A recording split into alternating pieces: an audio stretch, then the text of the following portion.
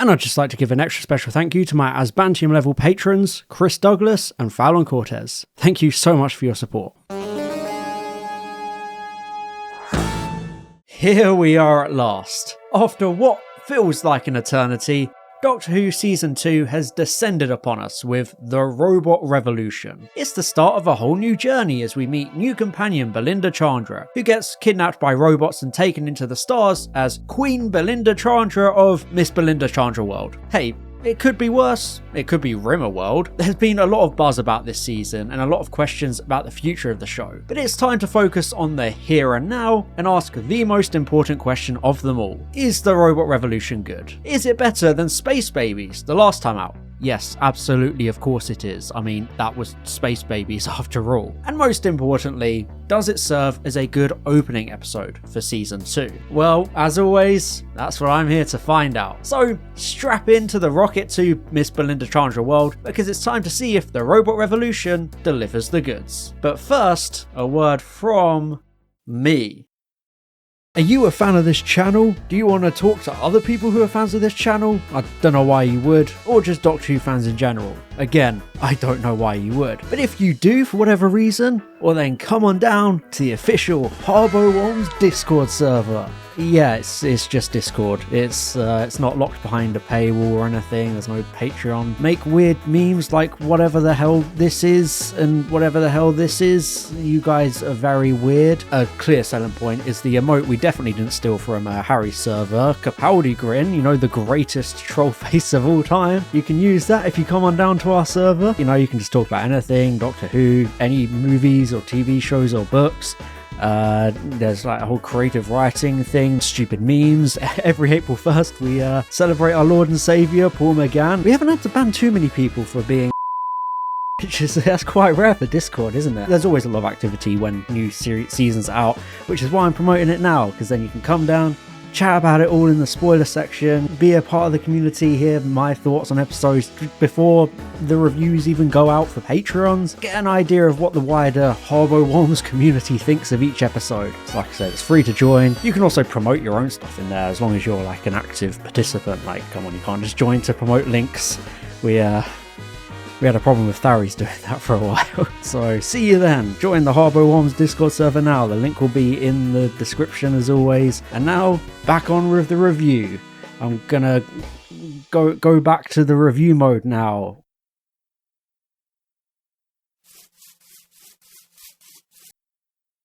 I don't know. You can do something funny with the ending there. I don't know.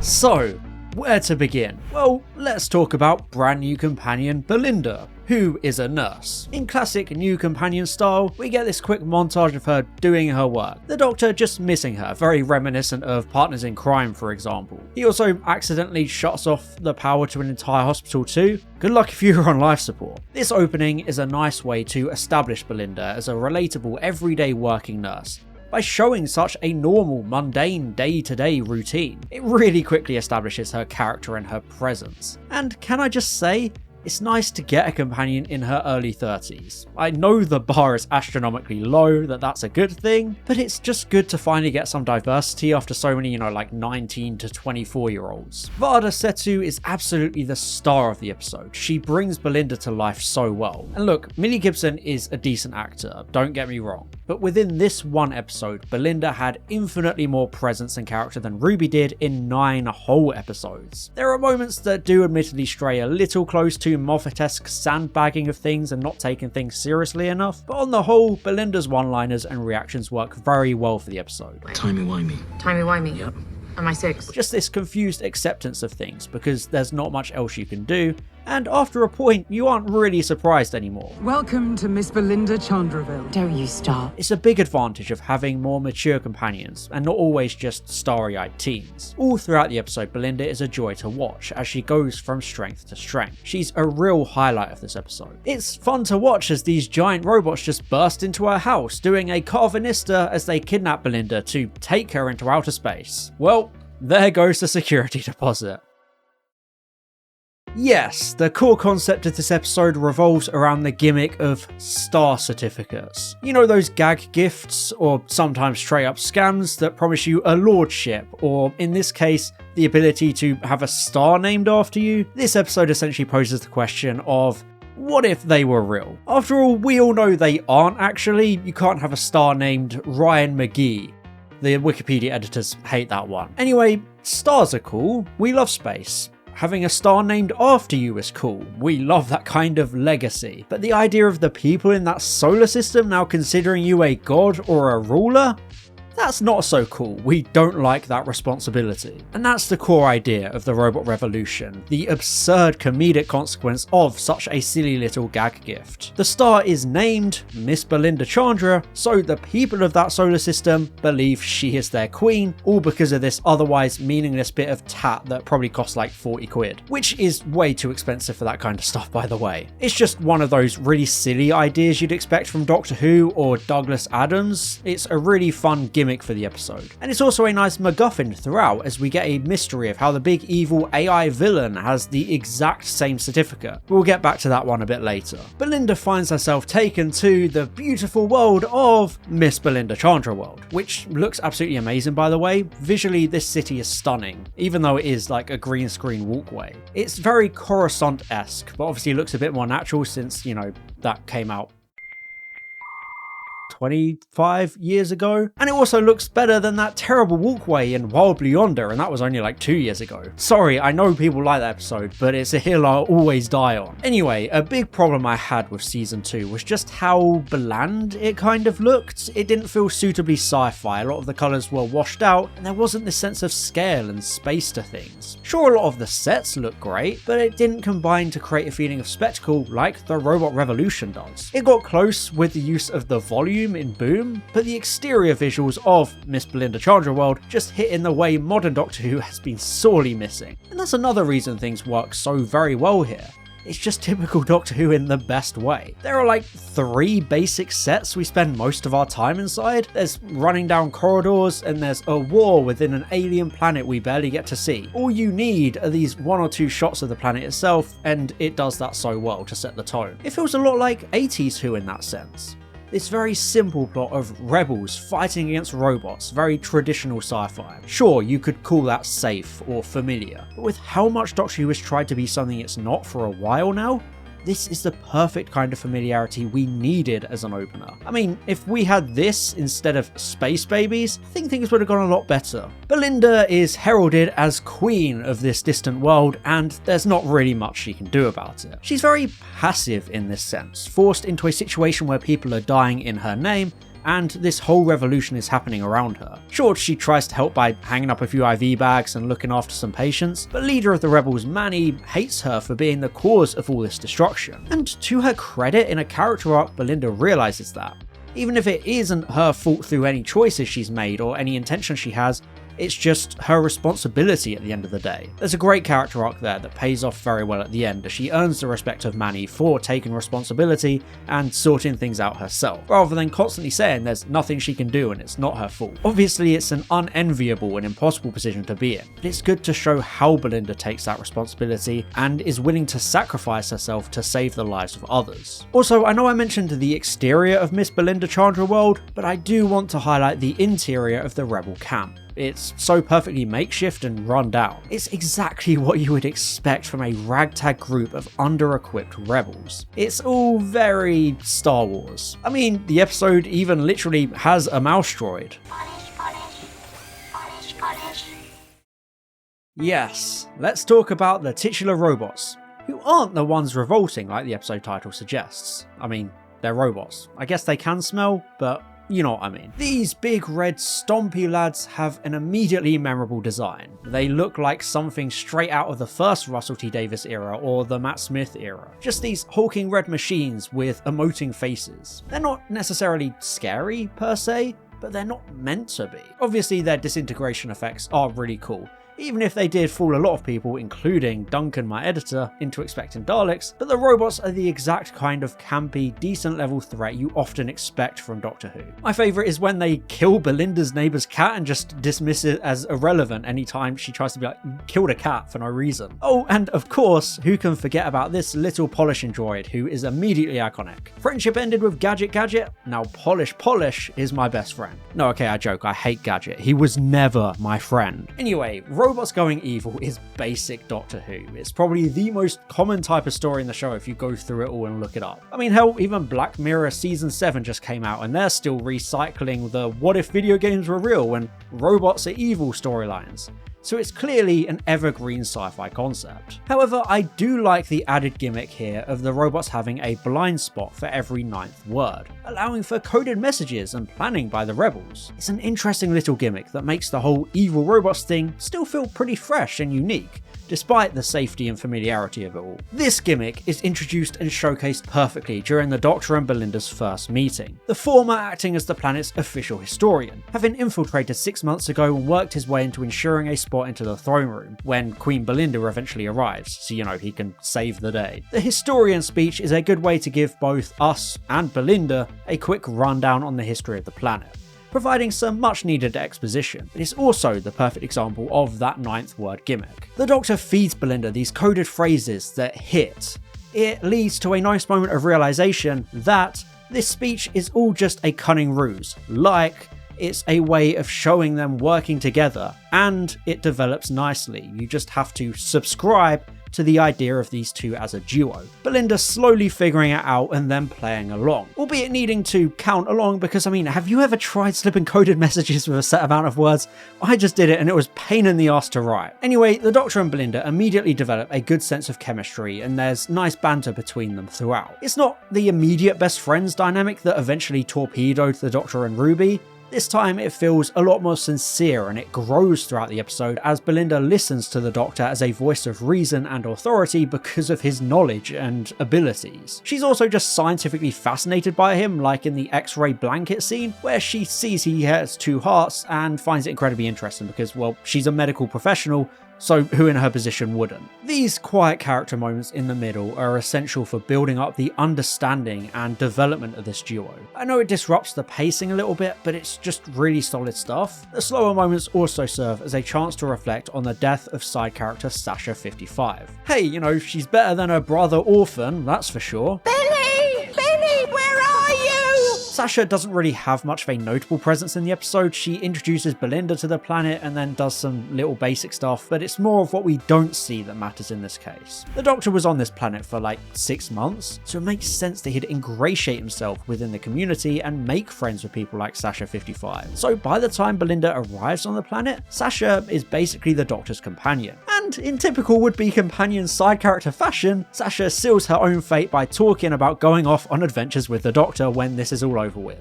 That's such a rookie mistake. It's just signing your own death warrant at this point. Look at Linda with a Y or Astrid. Wait until you're safe before you agree to the adventures. It's basically Doctor Who's equivalent of being 1 day away from retirement, or talking about your pregnant wife back home. Indeed, Sasha 55 gets blasted and disintegrated literal seconds after talking about these future adventures. And oh look, the Doctor's crying again.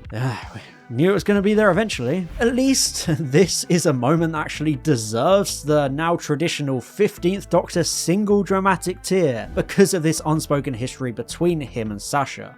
She clearly meant a lot to him, but the moment doesn't work nearly as well as it would have if he didn't do this for literally everyone he meets. Like in the last episode, he cried over some random Silurian guy he met for less than 5 minutes. It devalues these kinds of emotional moments when he has the same reaction to someone he's supposedly been best friends with for 6 months.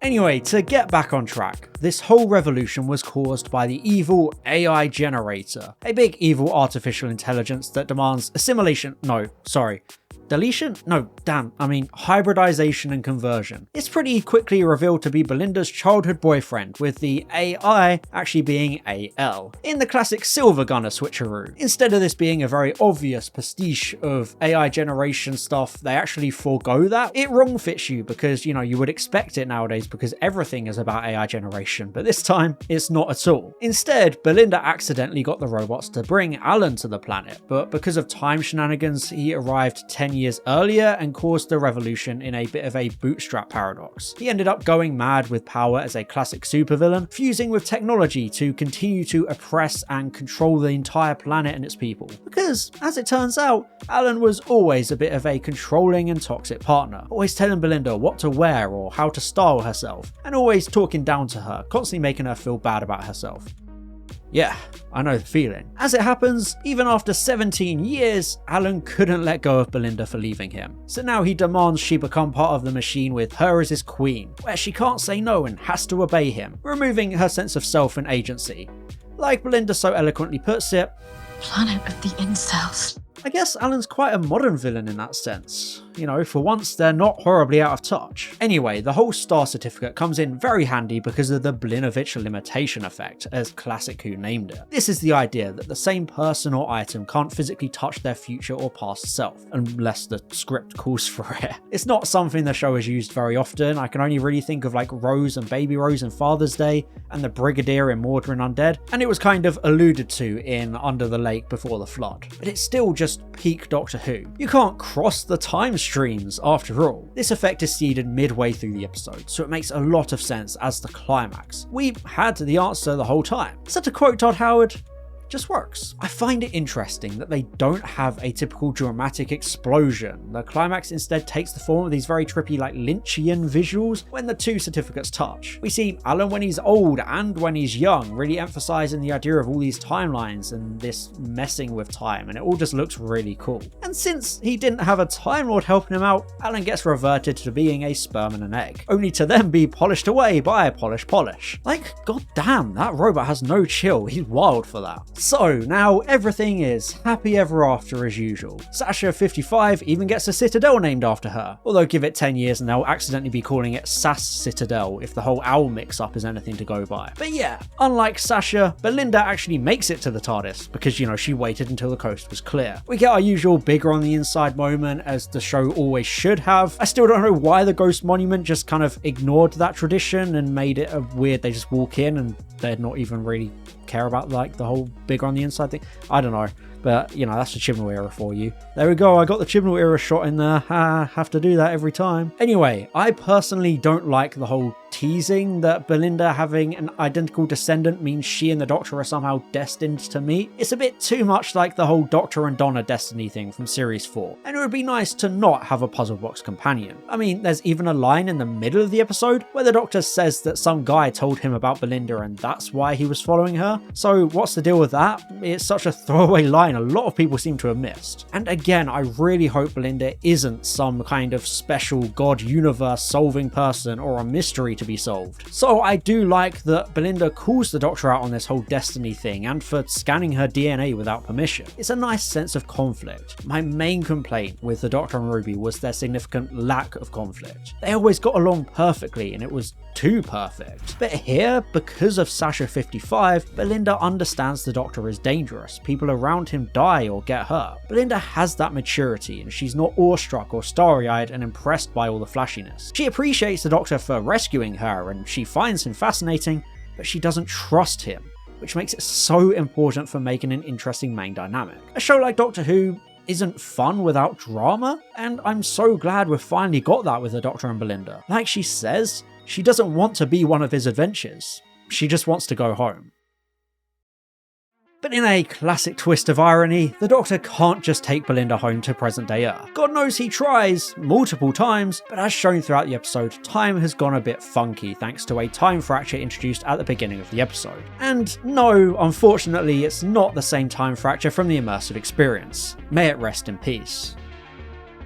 As far as excuses from the Doctor not being able to get Belinda straight home, This is fantastic. I think it works really well. Admittedly, we basically get a repeat of the Medusa Cascade Stolen Earth visual again, but this time with the reveal of all that destroyed Earth iconography floating in space, like the whole planet has just been blown up. It looks absolutely surreal and incredible, setting up a really interesting story arc. The emphasis on the date, with Belinda's insistence on getting home for a shift on Monday and that whole floating calendar at the end, really gives me a Series 5 vibe. Obviously that storyline was all about the end of the world being Amy's wedding date, aka the day the Doctor promised to take her home for. So there's an interesting parallel there. I think this is a much better series mystery than the TARDIS making a groaning noise every now and then, or a woman showing up here and there. I don't think we need another "do you dream of being an ambulance?" moment. I guess we still have a woman showing up in every episode.